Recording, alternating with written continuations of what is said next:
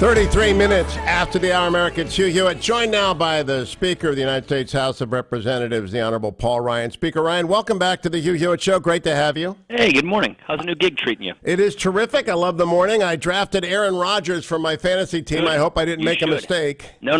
He's in good shape. I've seen him twice in practice this year up at training camp. He's doing fine. He's in real good shape. All right, let me start with your job as a constitutional officer. You are the protector of the House and of actually the Article I authorities. On Tuesday of this week, September 6th, House Chairman of Oversight and Governmental Affairs, Jason Chaffetz, sent a letter to the CEO of Platte River Networks, and it referenced a March 25th, very mysterious meeting, which Mr. Chaffetz says Secretary Clinton's team, including attorneys David Kendall and Cheryl Mills, held a conference call with the Platte River Network engineer who maintained Secretary Clinton's server.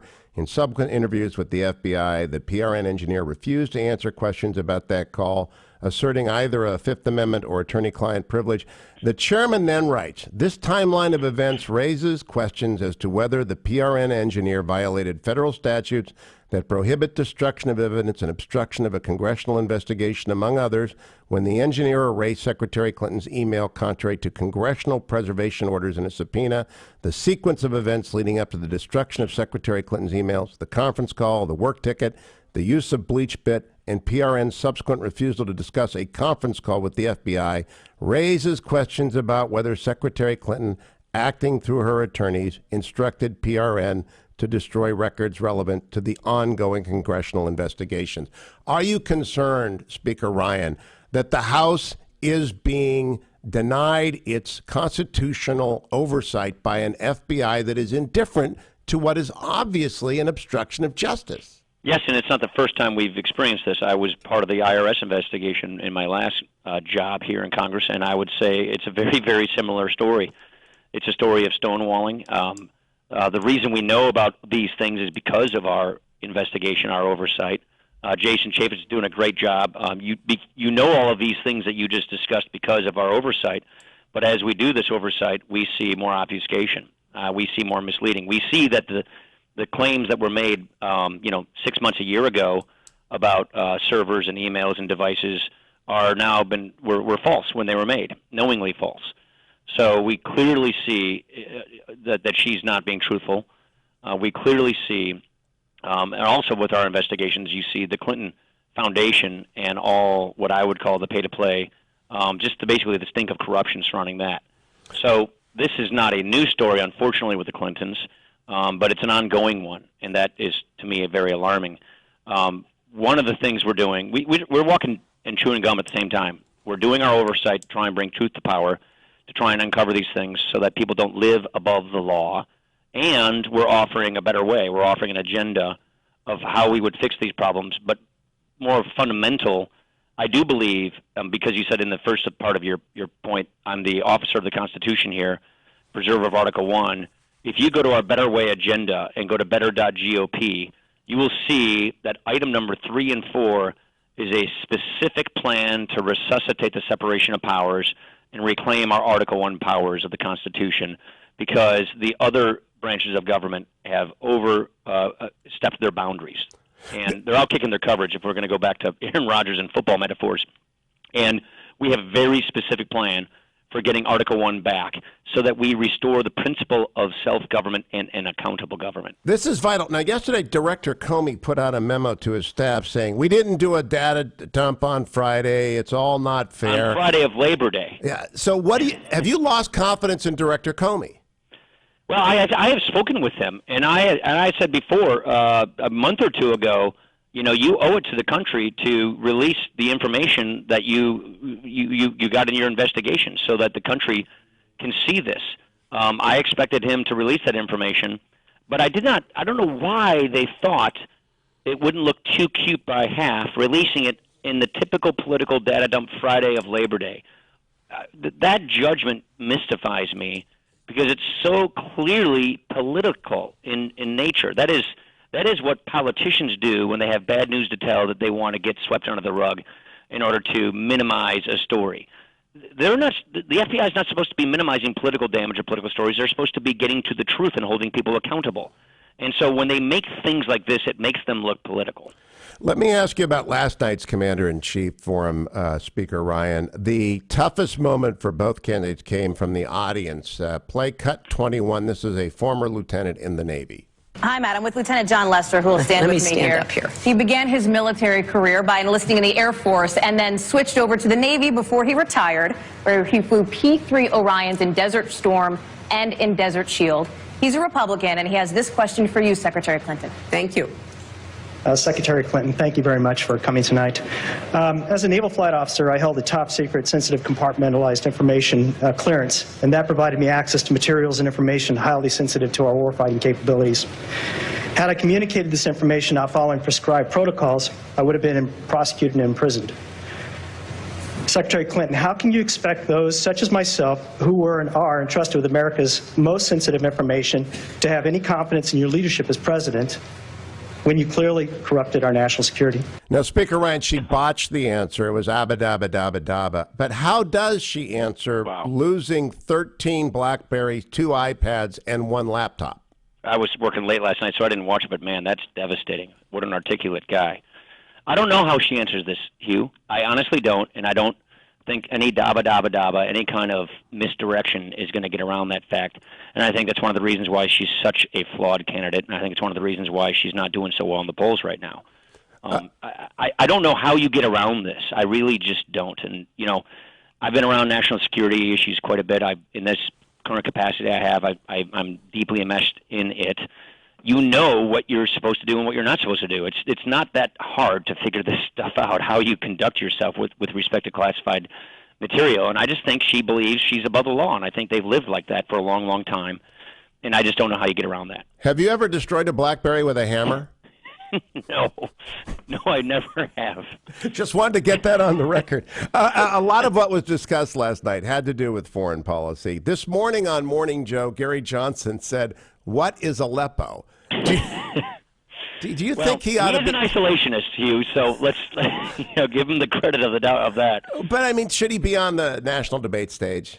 Oh, that's a polling question. If he polls well enough, he should. But I don't think he's anywhere close to that polling threshold. What is the threshold? 15% or something like that? Yeah, it just seems to me. Hillary Clinton suggested in a televised interview in Israel that was broadcast on Israeli TV today that the Islamic State is, quote, rooting for Donald Trump's victory, and that terrorists are praying, quote, please Allah make Trump president of America. What do you make of that, Speaker? First of all, I think that's profoundly wrong. I don't think it's right to say that. I think that that's fear-mongering. That's demagogic scare tactics. So that's what I'd say what that is. But I don't even know how you can credibly make the claim to begin with. So where is this campaign headed? I mean, we've got very serious issues. Yesterday, Donald Trump brought up the fact that the Russian Su-27 buzzed an American P-8, and all of this weakness is inviting provocation across the globe. That's right. I mean, Syria is a mess, and I can go on and on about that and how Putin is not an ally of ours at this present moment. But where is this going? I think you have two candidates whose unpopularity is high. I think you have Hillary Clinton, who I believe thinks she has it in the bag or thought she had it in the bag, and therefore basically went into four corners defense in the second quarter of the game, stalling, not talking to the press, not doing many events. And I'm sure that the political people around her are probably advising that. I think she's playing not to lose, and when you play not to lose so early in the game, you probably end up losing. And I think that's what she's doing. That's just my own observation of this, from being around this. Now, Donald, I think, has gotten much more disciplined. I think Kellyanne is a breath of fresh air to his campaign. I think she has brought some good discipline to the campaign on message. We in the House feel like we can help him by offering an agenda that complements what he's trying to do. And it's an agenda to restore the Constitution. It's an agenda to rebuild our national security. It's an agenda to get the economy going, reform the tax code, and replace Obamacare with patient-centered health care. And we think this is an agenda that we've laid out. Go to better.gop, and this is our 2017 agenda. We think it perfectly complements what he's trying to do. And we think together we can offer the country a better path. Now, go back, when, Mr. When Speaker. 70% of Americans don't like where we're going, I think we have a duty to offer them a better way, and that's what we're trying to do. When you ran on a national ticket, I mean, it was hammers thrown at each other. Oh. But did President Obama ever say that the Islamic State was rooting for Mitt Romney and Paul Ryan's victory? No, that's why I say this thing's degrading down to the demagogic stuff. No, he said it. I remember Barack Obama, in response to our criticisms on his Syria policy, drew the red line. And then after the election, he obviously failed to enforce that red line. I think it's one of the biggest foreign policy blunders in the modern era of a United States president, which has given us a huge credibility blow. And she was a part of an architect of that policy in the early days. But we didn't have that kind of campaign rhetoric. This campaign does have that kind of rhetoric. It's going to make voters more cynical. All the more reason. What I say, look, where I come from, Hugh, we talk in hockey analogies. Right now, the puck is in the part of the ice where everybody's just calling each other names. But we Republicans are trying to skate to where the puck is going to be so we can score and win in November 8th. You've raised, say that again? This morning in Politico, you've raised $30 million for the NRCC. It's a record. Thank you for doing that, because we have to hold the Congress regardless of who wins. Are you confident that the American people want the House Republicans conducting oversight? I am confident. And like I said, to finish my hockey analogy about my Wayne Gretzky line, we're skating to where the puck is going to be. And that is, come November 8th, people want to know, do you guys have answers? Are you principled? Do you have solutions? What's your plan for getting this country fixed to restoring a confident America? And are you going to hold this government accountable? And are we going to have a government that works for us, the people? Are we going to restore our Constitution and get our country back on top again and make it confident again? And we are going to be where that puck is going to be, because we're offering that. And I do believe that if we can get this conversation going, like we're trying, away from the cynical, demagogic name-calling and onto who is offering better solutions, we're going to win this thing. Last question, Mr. Speaker. Do you think the former Secretary of State ought to apologize to Donald Trump for this? Sure I do, but she won't. Yeah. Sure. I mean, look, they're going to call each other these kinds of names. It's just, I don't see why she thinks this is good for her, but I think it just shows, you can sort of see a person at the end of the day, what they're like. And I think that's being revealed. And I don't think this four-corner defense of hers is going to work for her. And they're probably going to realize it, and they're going to come out swinging below the belt. Yeah, you better be Dean Smith, and she's not Dean Smith. Speaker Ryan, thank you so much for your time. I appreciate it very much. Good luck in the end of the year negotiations. Hi, this is Hugh Hewitt. Thank you for stopping by my YouTube channel. Click right here to watch previous ones that you may not have seen, and click right here to subscribe to get all of them. And this is what you really need to do, is click right here to subscribe. Thanks for coming by. Don't miss a minute of any of the Hugh Hewitt YouTubes.